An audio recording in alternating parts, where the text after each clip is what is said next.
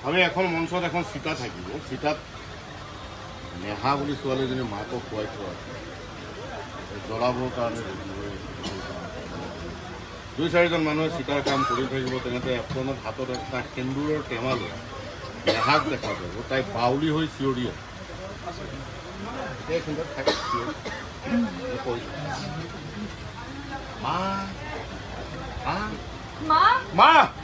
মা ক'ত আছে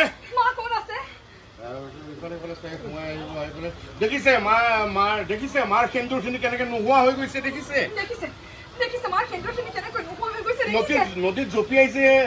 নদীত জঁপিয়াইছিল যে পানীয়ে নোহোৱা কৰিলে মোৰ দেউতা আছে নহয় জেলত থাকিব পাৰে মৰা নাই নহয় গতিকে মোৰ মা সদহবা হৈ যাব লাগিব মই সেন্দুৰ আনিছো মা তোক ভালকৈ দি দিওঁ দেই সদহবা হৈ যাবি আমাক অকলশৰীয়া কৰি নাযাবি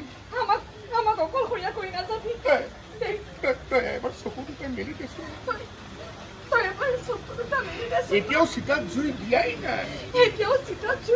চিতাত উঠি প্ৰাণ পোৱা ঘটনা বহুত আছে মা চকুটোকে মেলি দেচোন আৰু তোমাৰ বাইকিলে আমি তাত মাতিম দিয়ক